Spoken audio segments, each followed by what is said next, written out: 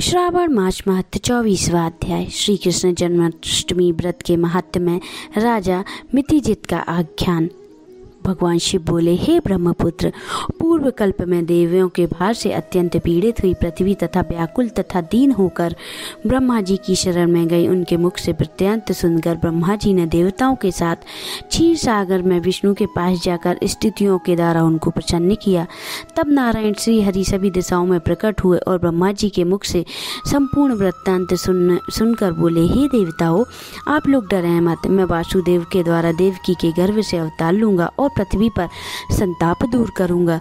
तब सभी देवता लोग यादवों का रूप धारण करके ऐसा कहकर भगवान अंतर्ध्यान हो गए। अंत समय आने पर देवकी के गर्भ से उत्पन्न हुए वासुदेव ने कंस के भय से उन्हें गोकुल पहुंचा दिया और कंस का विनाश करने वाले उन कृष्ण का वहीं पर पालन पोषण हुआ। बाद में मथुरा में आकर उन्होंने अनुचरों सहित कंस का वध किया तथा पुनर्वासियों ने आदरपूर्वक यह प्रार्थना की, हे कृष्ण, हे महायोगिन, हे भक्तों को अभय देने वाले, हे देव, हे शरणागत वत्सल, हे शरणागतों की रक्षा कीजिए।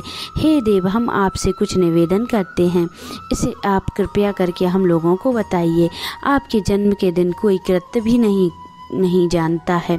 वह सब आपसे जानकर हम सभी लोगों पर उस जन्मदिन पर वर्धपन नामक उत्सव मनाएंगे। अपने प्रति उनकी भक्ति, श्रद्धा तथा सौहार्द को देखकर श्री कृष्ण ने अपने जन्मदिन के संपूर्ण कृत्य को उनसे कह दिया। उसे सुनकर उस पुनर्वासियों ने भी विधि पूर्वक उस व्रत को किया। तब भगवान ने प्रत्येक व्रतकर्ता को अनेक वर प्रदान किए।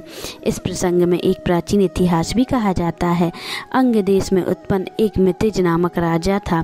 उस पुत्र महासेन सत्यवादी तथा सन्मार्ग पर चलने वाला, वह जानने वाला तथा राजा अपनी प्रजा को आनंदित करते हुए उसका विधिवत पालन करता था। इस प्रकार करते हुए उस राजा का सकमाक देव योग से फाकंडियों के साथ बहुत काल पर्यंत सहचर्य हो गया और उनके सत्संग से वह राजा अधर्म परायण हो गया।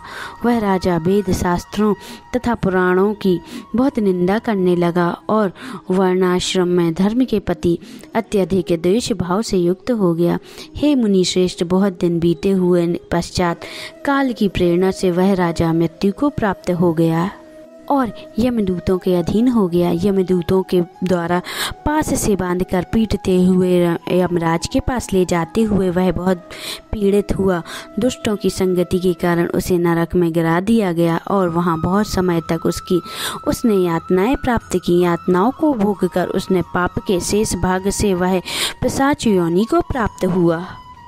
भूख व प्यास से व्याकुल हो वह भ्रमण करता हुआ मारवाड़ देश में आकर किसी वैश्य के शरीर में प्रवेश करके रहने लगा। वह उसी के साथ पुण्यदायिनी मथुरापुरी चला गया। वहाँ पास में ही रक्षकों ने उसे पिशाच को उसी ग्रह से निकाल दिया। तब वह पिशाच वन में तथा ऋषियों के आश्रम में भ्रमण करने लगा। किसी समय देवयोग से श्री कृष्ण जन्माष्टमी के दिन व्रत करने वाली मुनियों तथा द्विजों के द्वारा महापूजा तथा नाम कीर्तन आदि से के साथ रात्रि जागरण किया जा रहा था। वहां पहुंचकर उसने विधिवत सब कुछ देखा और श्री हरि की कथा का श्रवण किया।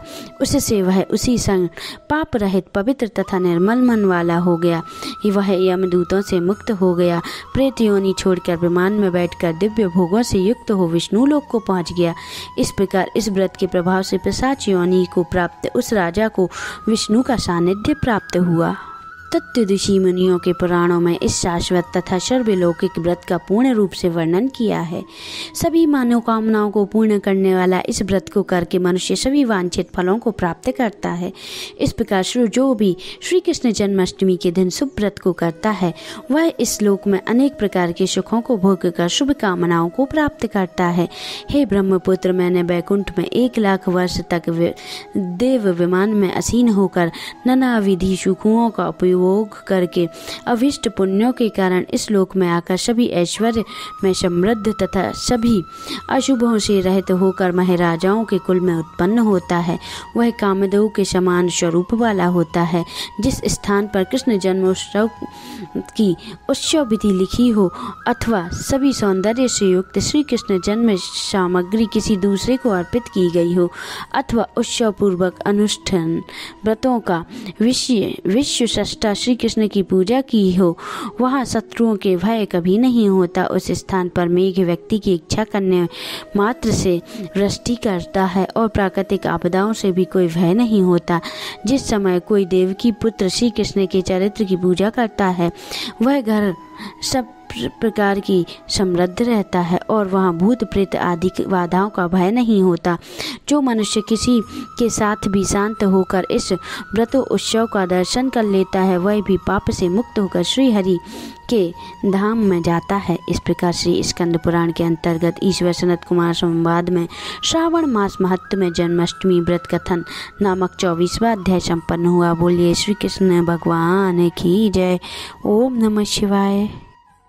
अगर आपने अभी तक हमारे चैनल को सब्सक्राइब नहीं किया है तो जल्दी से आप सब्सक्राइब कर लें, जिससे आने वाले वीडियो आपको जल्दी मिलते जाएं और नोटिफिकेशन बेल आइकन को प्रेस करें, जिससे आपको हमारे वीडियो का नोटिफिकेशन मिलता रहे। और लाइक और कमेंट करना ना भूलें। आप सभी को नमस्कार।